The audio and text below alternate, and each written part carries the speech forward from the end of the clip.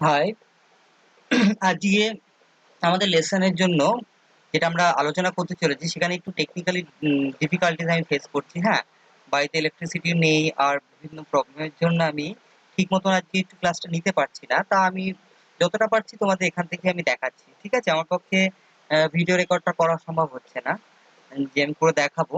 So আমি এখানে একটা আজকে ওভারঅল একটা ধারণা দিচ্ছি। ঠিক আছে? আমি এটা ফুললি ডিসকাস করব আবার নেক্সট ক্লাসে। ঠিক আছে? তো আজকে আমাদের সাবজেক্টটা হচ্ছে measurement of three phase power or energy using CT and PT. দেখো, এনার্জি আর পাওয়ার বললাম কেন? কারণ পাওয়ার আমরা যেভাবে মাপবো সেইভাবে আমরা সিম্পল ওয়েতে এনার্জি মিটারের থ্রু এনার্জিও মাপতে পারি। এটাতে বিশেষ কোনো ডিফিকাল্টিস নেই, তাই আমি বললাম যে এটা সিঙ্গেল ফেজ পাওয়ার মাপা বা এনার্জি মাপা both are the same same টাইপের মেথডে আমরা করতে পারবো। তো তোমরা একটা জিনিস প্রথমে বলে রাখি, যেটা আমি এখানে লিখে দেখাতে পারছি না, তোমাদের জানা দরকার যে থ্রি ফেজ পাওয়ার আমরা কি দিয়ে মেজার করি। তো আমরা যেটা করি সেটা হচ্ছে তিনটে সিঙ্গেল ফেজ ওয়াট মিটার বা এনার্জি মিটার।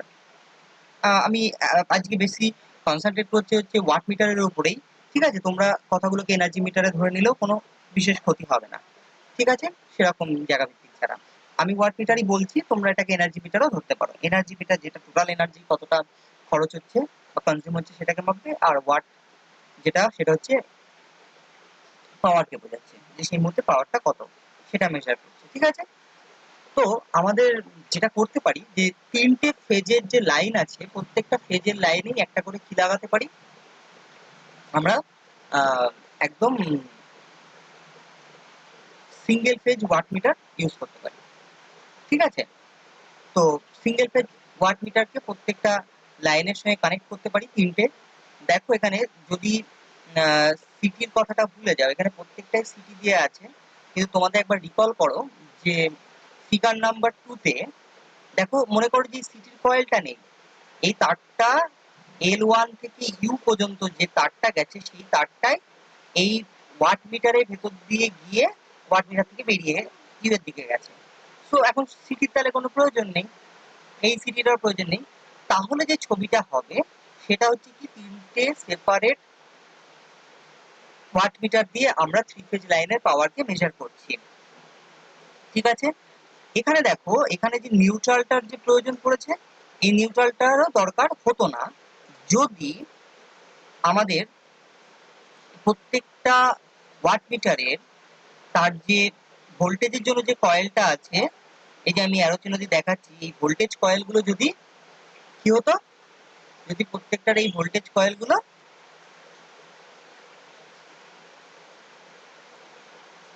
415 ভোল্ট বা যেটা অ্যাকচুয়ালি হচ্ছে, সরি, হ্যাঁ, তো এক মিনিট, আমি একটা ভুল অপশন চলে এসেছি। ওকে, সো রাইট। তো এই যে কয়েলটা দেখতে পাচ্ছ না এখানে, ঠিক আছে? সো এই যে কয়েলটুকু দেখতে পাচ্ছ, এই কয়েলটা কি একটা পোটেনশিয়াল কয়েল বা প্রেসার কয়েলকে বোঝাচ্ছে। সো প্রেসার কয়েলের ভোল্টেজ যদি এক্স্যাক্ট এই L1 টু L2, মানে এটাকে কি বলে, লাইন ভোল্টেজ। L1 আর L2 এর মাঝখানের ভোল্টেজটাকে কি বলে, থ্রি ফেজ এসি সিস্টেমে লাইন ভোল্টেজ।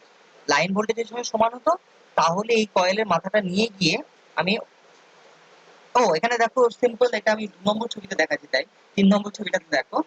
হ্যাঁ, তো এখানে কি হচ্ছে দেখো, এই যে লাইন কয়েলটাকে নিয়ে গিয়ে কোথায় দিয়েছে, নিউট্রালে দিয়েছে, কিন্তু এটা প্রয়োজন পড়তো না। এটা সিম্পল কোথায় চলে যেত, L2 তে। যেটা দেখো 2 ওয়াট মিটার মেথড বলে যে ফিগার 1 আছে, সেখানে দেখো একটা কয়েল, এই যে ভোল্টেজ কয়েল যেটা আছে, ভোল্টেজ কয়েলে একটা মাথা পার্টিকুলার ফেজে আছে। এটার ক্ষেত্রে দেখো L1 এ আছে, আর একটা মাথা কোথায় গেছে, L2 তে গেছে। এটার ক্ষেত্রে কি হয়েছে, একটা মাথা L3 তে আছে, আর একটা মাথা, সরি, L2 তে আছে, আর একটা মাথা L3 তে আছে। ঠিক আছে? একটা আর কারেন্ট কয়েলের ক্ষেত্রে কি হয়েছে, কারেন্ট কয়েল একটা L1 আর ইউ এর মাঝখানে আছে, আর একটা হচ্ছে L3 আর W এর মাঝখানে আছে, কিন্তু L2 লাইনের মধ্যে কোথাও নেই। ওকে?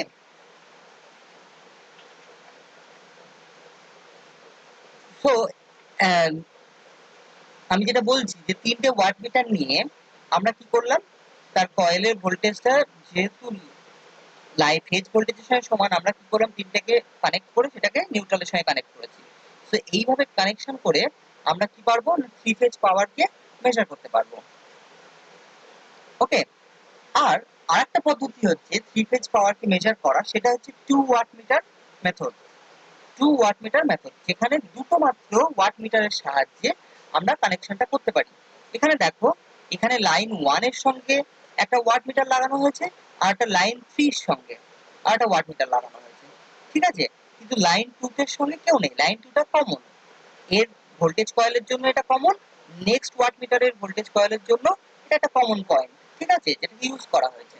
তোমরা এই কম্বিনেশনটা করতে পারতে, L1 এ একটা ওয়াট মিটার লাগাতে, L2 তে একটা ওয়াট মিটার লাগাতে, তখন L3 টা কি হতো, কমন।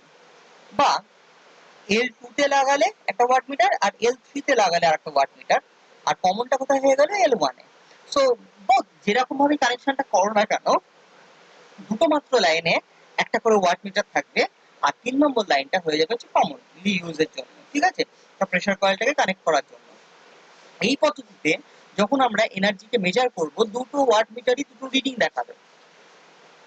রিডিং গুলো সেম হবে না, একটা বেশি একটা কম, এর ভিত্তিতে আমরা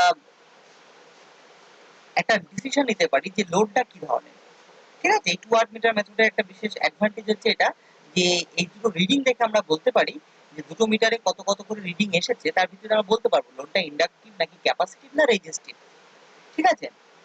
তো এই 2 ওয়াট মিটার মেথডের ক্ষেত্রে আমরা যে ফর্মুলাটা ইউজ করি পাওয়ার বার করার জন্য, সেটা হচ্ছে, দেখো তোমাদের পেজ নাম্বার, ওকে, এটা একদম শেষের দিকে। দেখো, energy consume difference in reading, দুটো রিডিং এর মধ্যে কতটা difference into meter constant. Meter constant তো আগের দিনই বলেছি যে মাল্টিপ্লিকেশন ফ্যাক্টর বা মিটার কনস্ট্যান্ট কি, সেটা তোমরা জেনেছো। ওকে,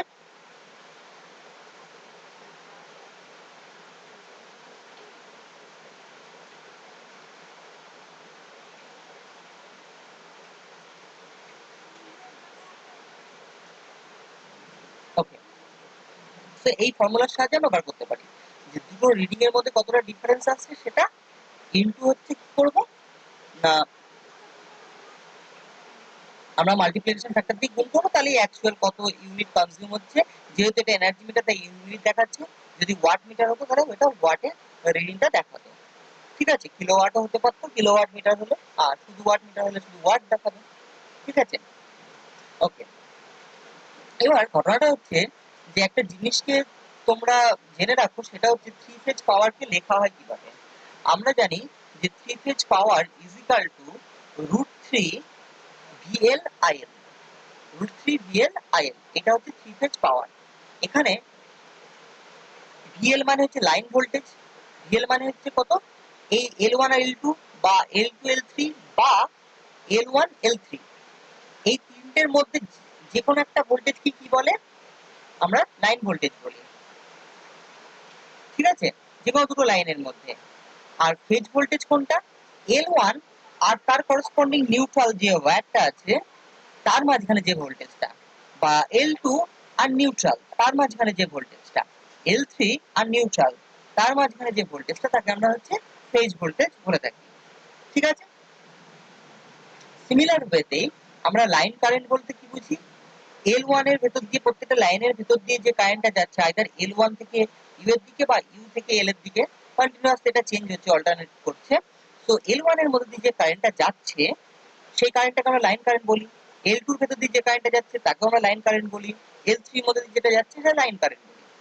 কিন্তু ধরো একটা লাইন আর নিউট্রালের ভেতরে যে পার্টিকুলার যে কয়েলটা আছে তার মধ্যে দিয়ে যে কারেন্টটা যাচ্ছে, ঠিক আছে, যে সোর্স, এখানে কোনো একটা ট্রান্সফরমার আছে বা কোনো একটা অল্টারনেটর আছে, তাহলে অল্টারনেটরের ভিতরে যে পার্টিকুলার যে একটা কয়েল আছে প্রত্যেকটা ফেজের জন্য, সেই কয়েলের ভিতর দিয়ে যে কারেন্টটা যাচ্ছে তাকে আমরা ফেজ কারেন্ট বলে থাকি, ঠিক আছে, যাকে আইপি, আই সাফিক্স পি দিয়ে সূচিত করা হয়, আর I suffix L for line current বোঝায়, ঠিক আছে।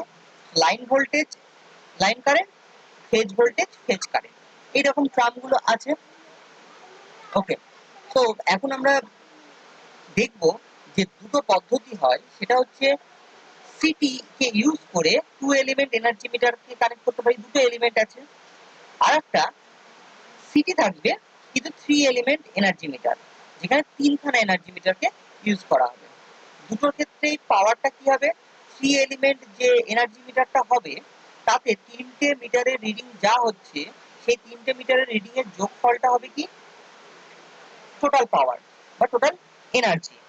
ঠিক আছে, আর 2 এলিমেন্ট মিটারের ক্ষেত্রে হবে যে দুটো মিটারের মধ্যে রিডিং এর ভিতরে যে ডিফারেন্সটা হচ্ছে, ঠিক আছে, সেই রিডিং এর ডিফারেন্সটাকে আমরা কি বলবো,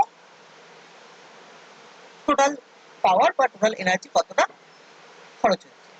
ঠিক আছে, এটা 2 ওয়াট মিটার মেথডের জন্য। আর তিনটে রিডিং কে যোগ করব 3 এলিমেন্ট এনার্জি মিটারের জন্য। তো তোমাদের ফিগার 1 এ প্রথমে 2 টাকে আমরা ডিসকাস করি।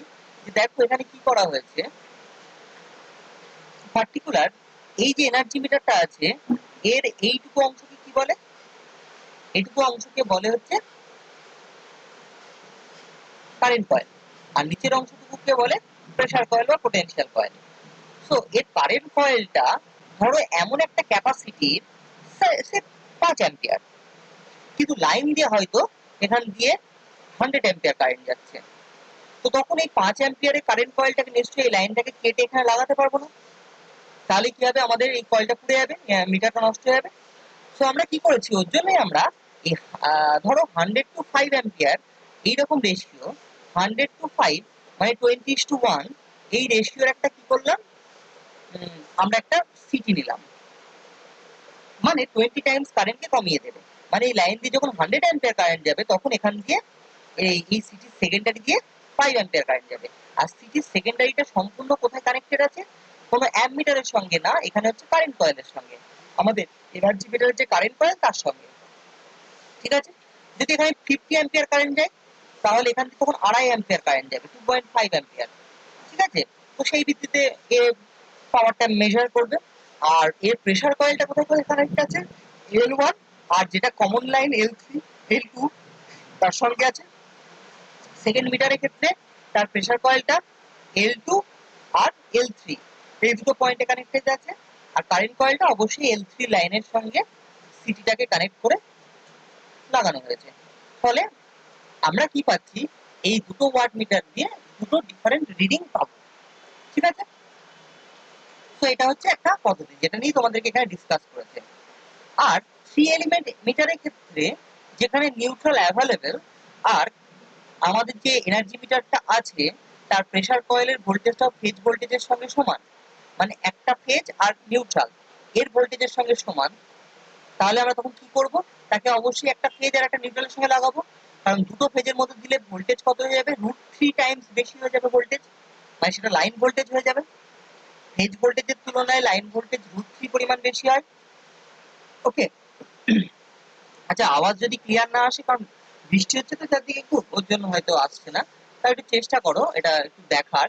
তোমরা এই জায়গাটা পড়তে থাকো, আমি অবশ্যই নেক্সট দিন আমি ভালো করে এটাকে একটা ক্লাস নেব।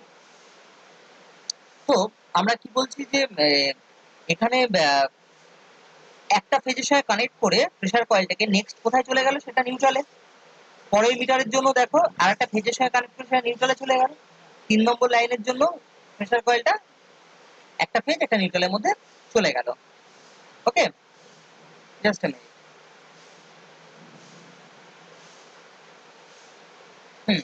তো এইভাবে আমরা কানেক্ট করলাম। ঠিক আছে, এই ক্ষেত্রে পাওয়ার কত হবে, তিনটে মিটারে কি কি রিডিং দেখাচ্ছে সেই রিডিংটা নেব আমরা, তার যোগফলটাই হবে হচ্ছে কি total power into meter constant. Meter constant কেন না, প্রত্যেকটা মিটারে হয়তো আলাদা আলাদা রেশিওর হতে পারে।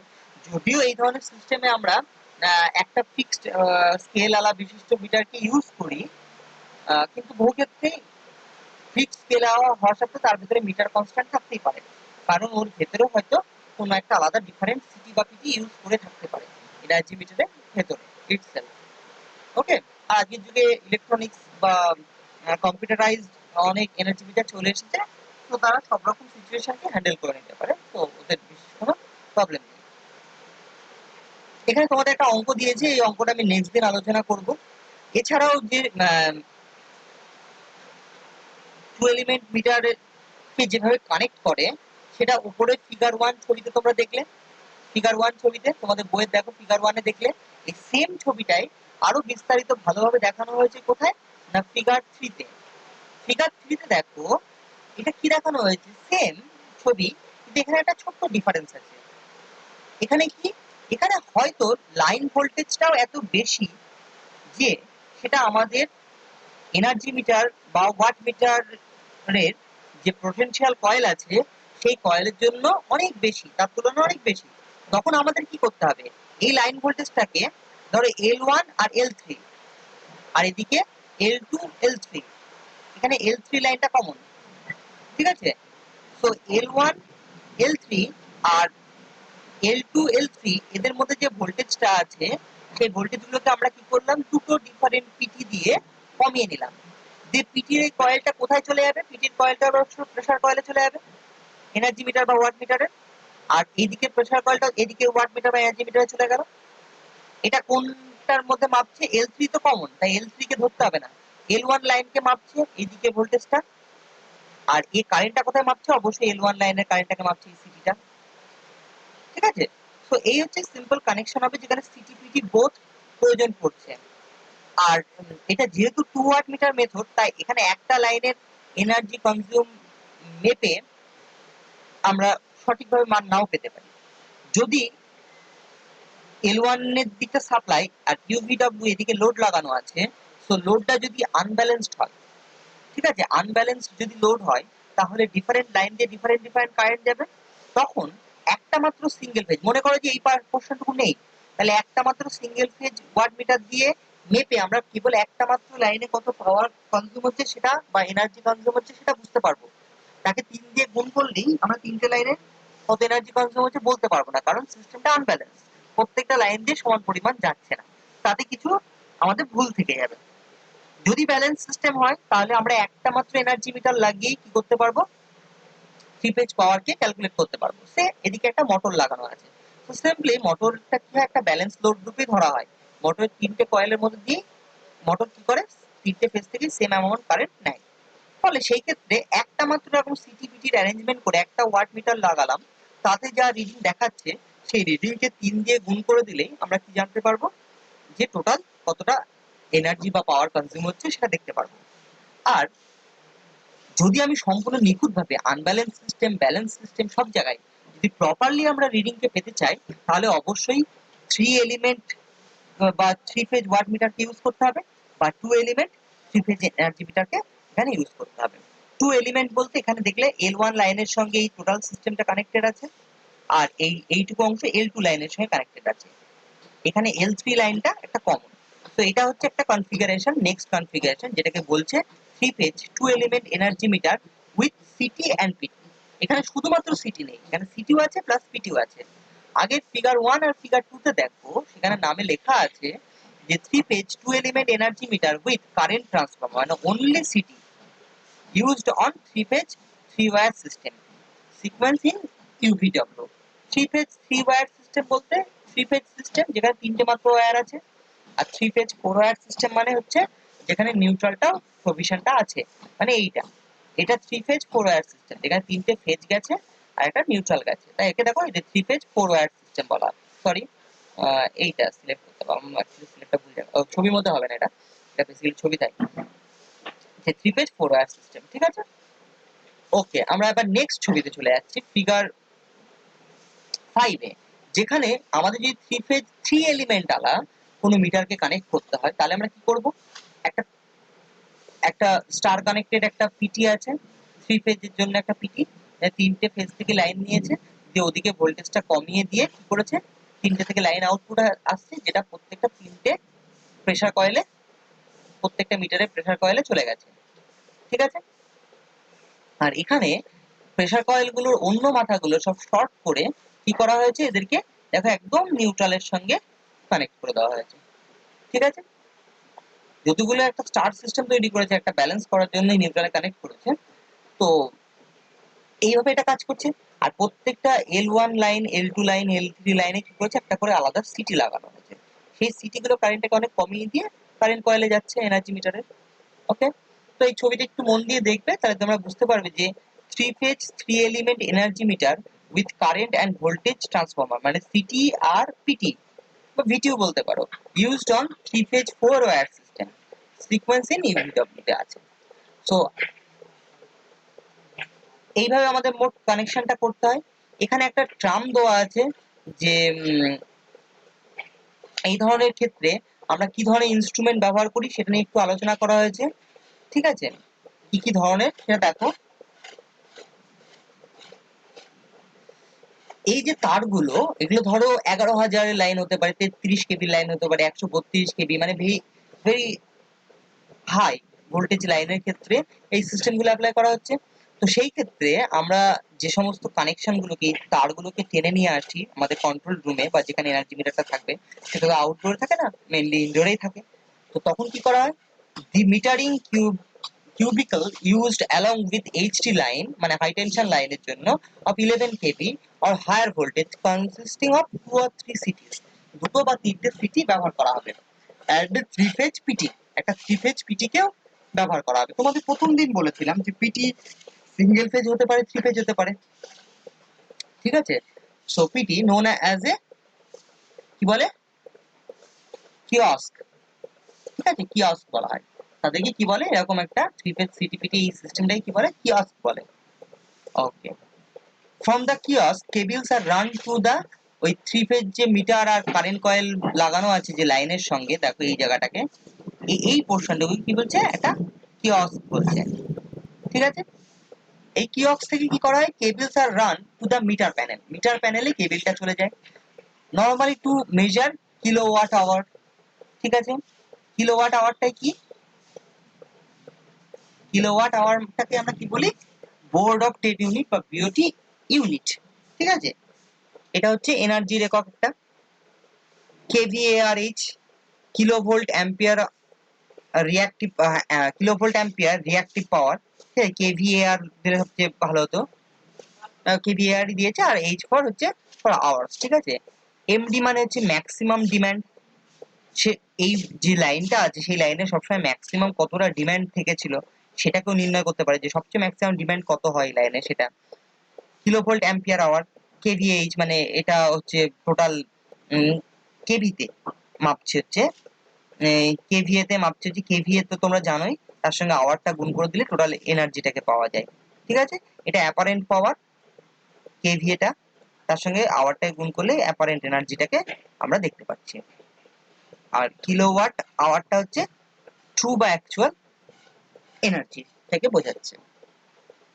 ওকে, নেক্সট আমরা চলে যাব যে টপিকে, এই ট্রাইভেক্টর মিটার। সেখানে কি করা হয়, এই ধরনের ক্ষেত্রে আমরা ট্রাইভেক্টর মিটার ইউজ করি। ট্রাইভেক্টর মিটার এই একটা ইনস্ট্রুমেন্ট। ঠিক আছে, সেই ইনস্ট্রুমেন্টটাকে ব্যবহার করা যে দ্বারা একসঙ্গে এতগুলো জিনিসকে কি করতে পারে, আমাদের একসঙ্গে দেখাতে পারে।